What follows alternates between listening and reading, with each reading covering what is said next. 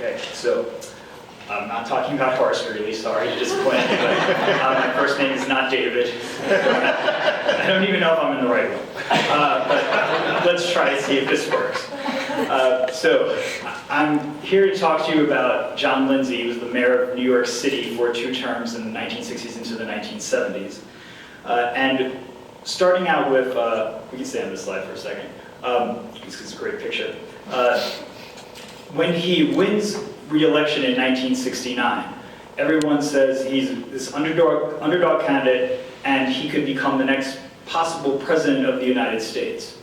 I want to kind of look backwards here and ask the question, well, why did he win this re-election, even though he was considered such an underdog? And historians have usually cited a few different factors, saying that the weakness of his opponents contributed to it, the fact that he was very honest and admitted to mistakes that he had made in his first term. But there was something else that has been part of the lore of John Lindsay, which is the photo that you see there. In 1969, the New York Mets win the World Series. I grew up a Mets fan and I kept hearing this story.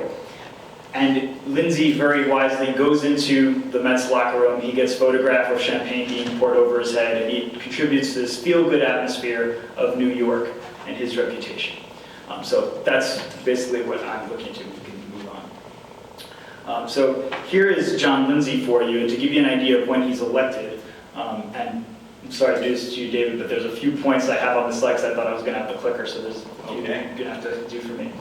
So he's first elected in 1965 as mayor of New York City, and he comes in on a wave as a liberal Republican who is very involved in social movements, but also wins probably because he comes across as very charming. He's 6'3", he's in his mid-40s. A lot of women think that he's kind of the next JFK in some way. Hubba hubba, you look at that photo, he looks great. So that's part of the appeal of John Lindsay in his first term. And then the second point there, but in his first term, he ends up alienating the white middle class. A lot of people feel that he's more concerned with the borough of Manhattan. If you know anything about New York City, we have Manhattan and the outer boroughs. And so he's really concerned with the glamour, the show business, and he ends up alienating white people because there's a jump in violent crime in the city. There's strikes by pretty much every city worker you can imagine, subways, schools, buses. Police, firefighters all go on strike during his first term, and there's a dramatic snowstorm in February of 1969 that dumps 15 inches of snow on New York City, and Lindsay, very unwisely, doesn't have the streets plowed in time. So everyone blames that on him. So in June of 1969, he actually loses his own party's primary, which is kind of shocking, right? That the incumbent mayor of New York City doesn't even win the primary, let alone the general election. So this is very problematic for him, and moving on to this next point. So his only resort is to run as a third-party candidate on the Liberal Party ticket. Now, this actually could have been a blessing in disguise for John Lindsay because he was a Republican, but very, very liberal, a true New York City Republican. So he ends up being freed from the party constraints of having to campaign with a lot of other Republican candidates. So he forms a strategy where he's going to court endorsements from liberal Democrats to weaken his Democratic opponent in the general election. He gets the politicians, he also gets celebrities, and some of the people who end up endorsing John Lindsay are Harry Belafonte, Frank Sinatra, James Earl Jones, Angela Lansbury, Woody Allen, Dustin Hoffman, and Sidney Poitier. So he certainly gets a pretty good list there. But the fear with John Lindsay is that he comes across as very patrician. He's a Yale University graduate, and he has this kind of condescending tone to some people. So if he only associates with show business types, it might only contribute to that idea he's only interested in the glamour of Manhattan. So we move on to this strategy he has of using athletes as surrogates to get to middle-class voters. So what I tried to do here in recreating this, looked at the 5 daily newspapers that existed in New York City at that time. The Times, the Daily News, the Post, Long Island Press, and Newsday.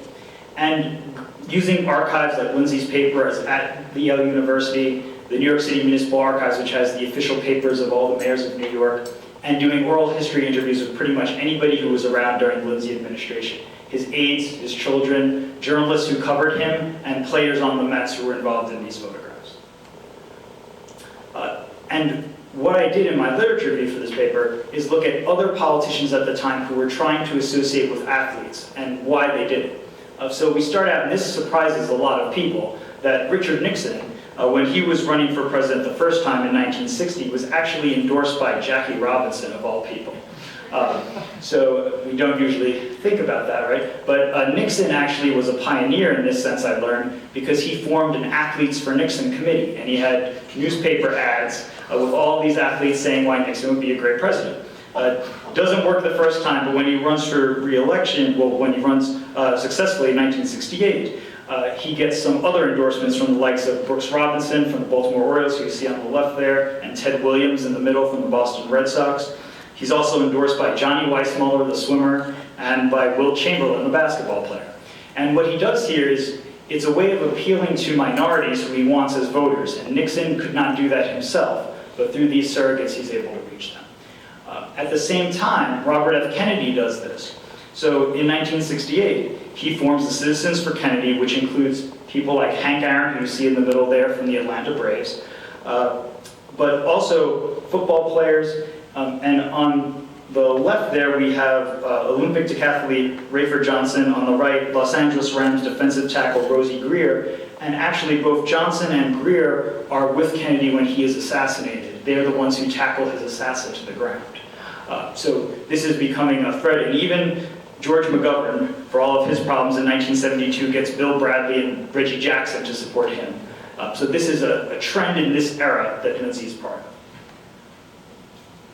of. So in 1969, the Mets, and we can just move through these points real quick, but the Mets start out as 101 shots to win the pennant. In 1962, the Mets have the worst record in Major League Baseball history. They go 40 and 120.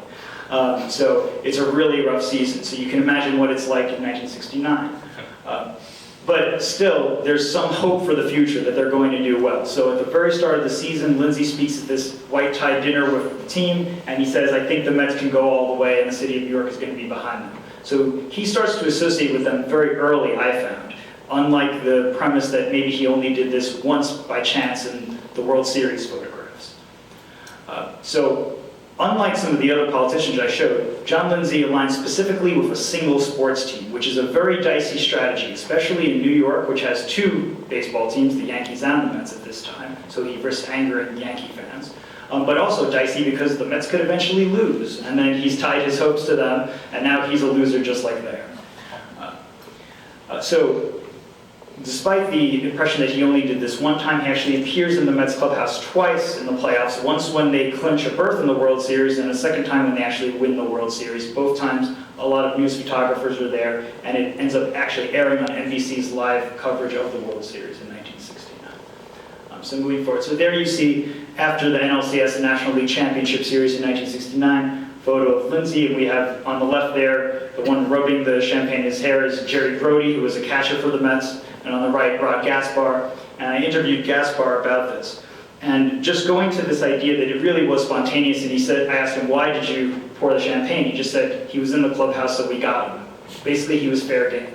So the spontaneity of this event does wonders for Lindsay, because remember that patrician kind of image. He's very stuffy, and now you have what could look more fun-loving than this. He also had in his campaign this mantra of a fun city. In 1966, when there was a transit strike in New York City, he was approached by reporters and asked him, like, well, what do you think about this city now? Because everybody's really upset about the fact that there's a transit strike and people can't take the subways. And he says, well, I still think it can be a fun city. And people actually make fun of him for this as if he's out of touch. But I think the Mets start helping this idea that it is indeed a fun city, or it can be time. So moving forward, we have some newspaper coverage of this. You see there's actually two more.